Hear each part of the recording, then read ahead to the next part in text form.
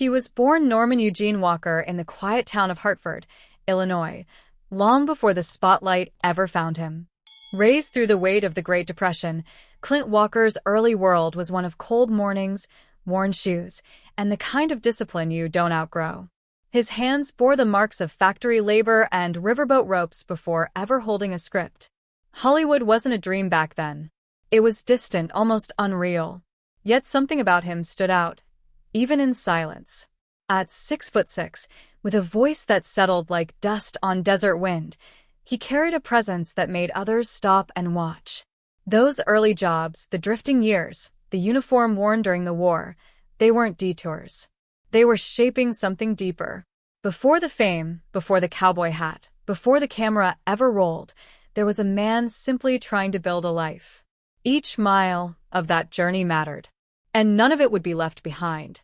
Because when the spotlight finally did land on him, it didn't change the man, it revealed him.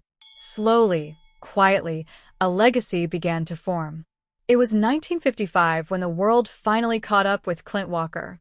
Cheyenne didn't just introduce a new television hero, it marked the arrival of a different kind of masculinity.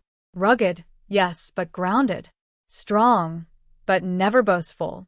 Week after week, viewers returned not just for the action, but for the man behind it. Something in his stillness spoke louder than dialogue.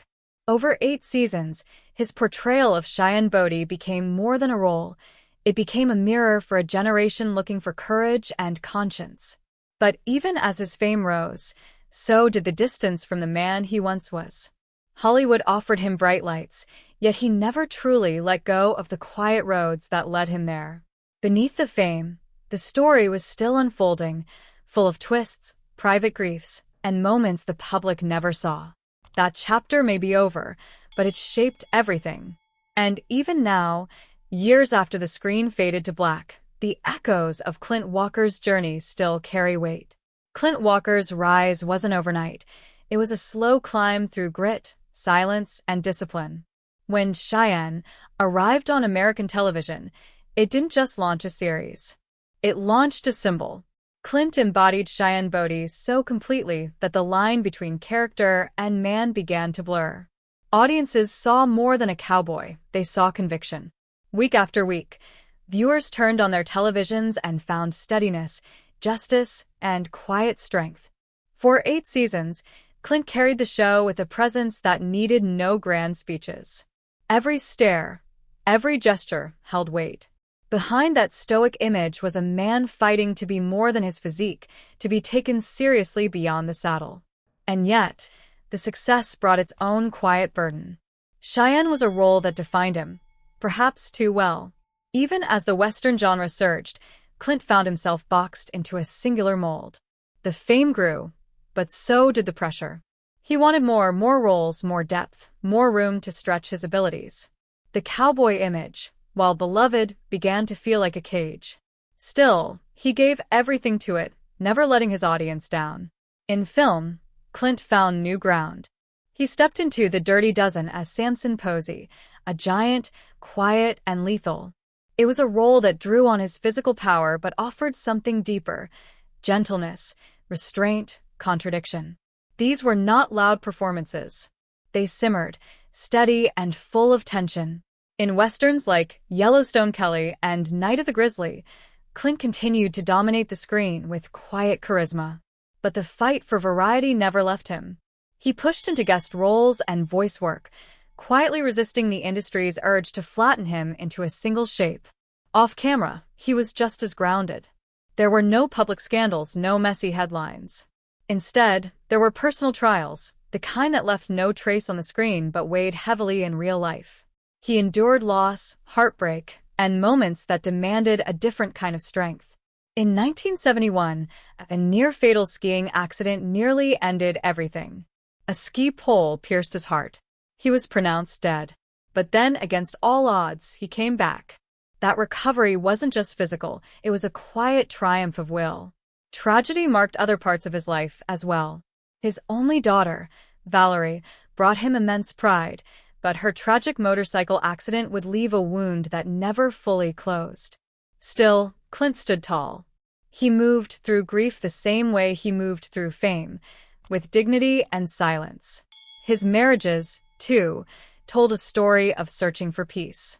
With Vera Garver, he built the early foundation of family and watched Valerie grow into one of the first female airline pilots in the country. That marriage ended after 20 years, but the bond of parenting held.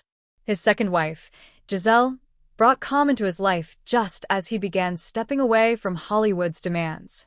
Their time together, though eventually cut short by her passing in 1994, was filled with quiet companionship.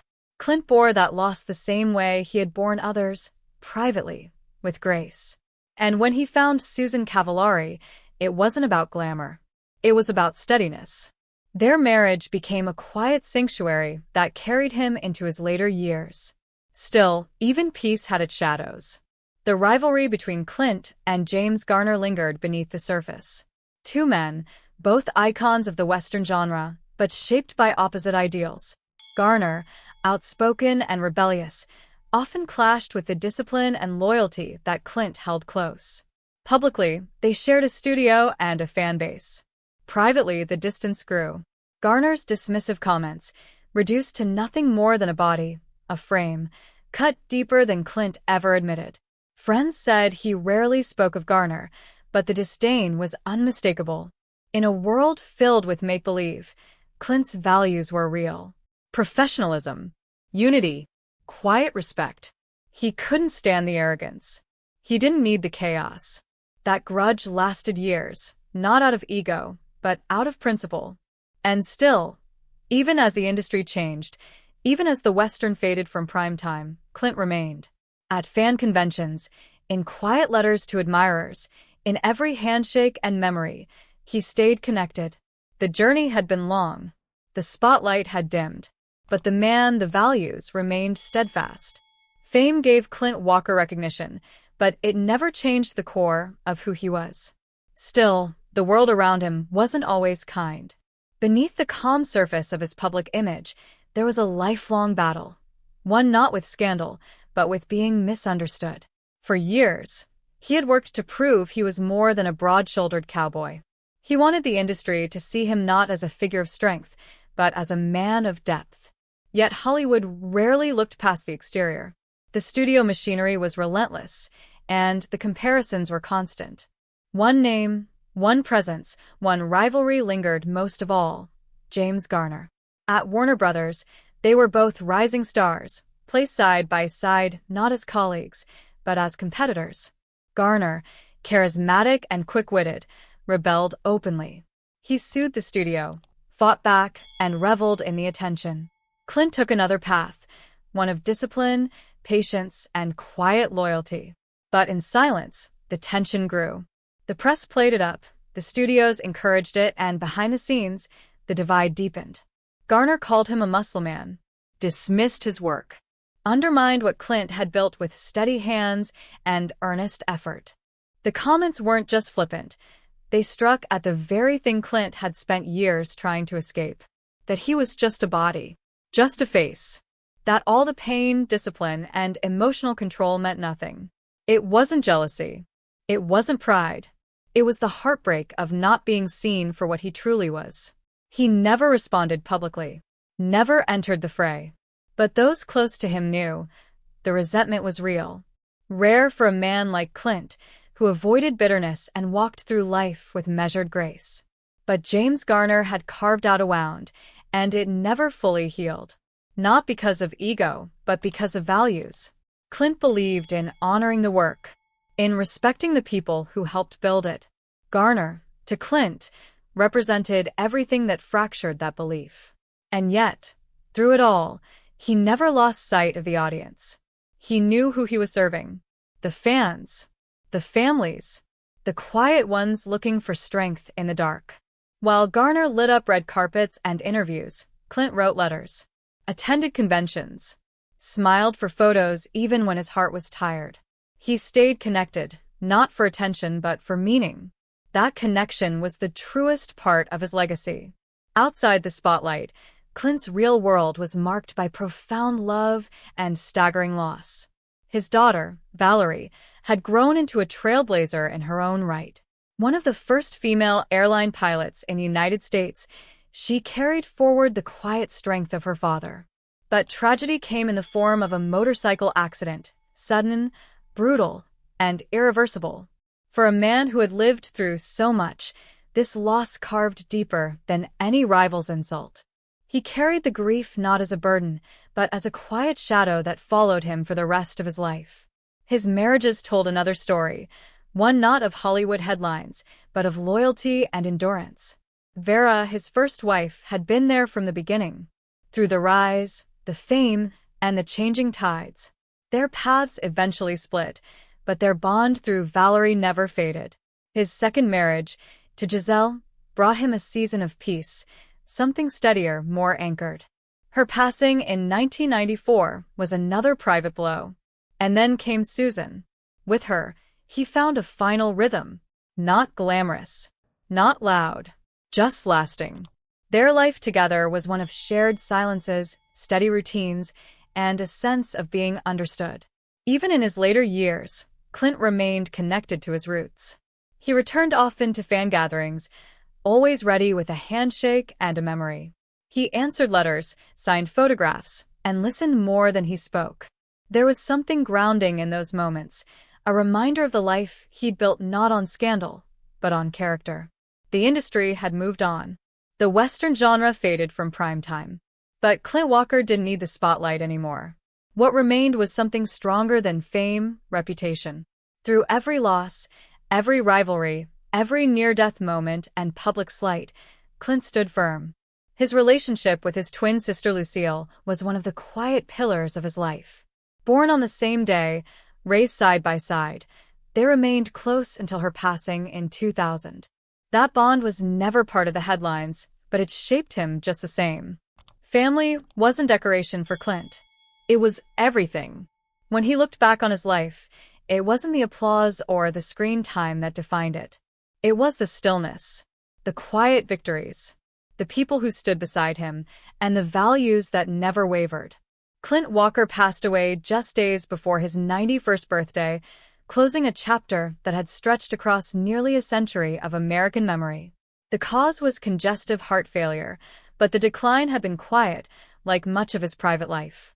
By then, the cameras had long gone dark, the studios had shifted focus, and the westerns that once ruled television had faded into nostalgia. Still, Clint remained. Not on the screen, but in the memories he left behind. He had lived long enough to see his legacy take shape, not in the roles alone but in the way people spoke his name. He was survived by his daughter Valerie, his third wife Susan, a half-sister and a grandson. But what survived most of all was the impression he left, solid, unwavering, and deeply human. His bond with Valerie endured throughout both their lives, a quiet thread of resilience, connecting father and daughter. Her own journey, marked by early milestones in aviation, mirrored the steady determination Clint had carried all his life.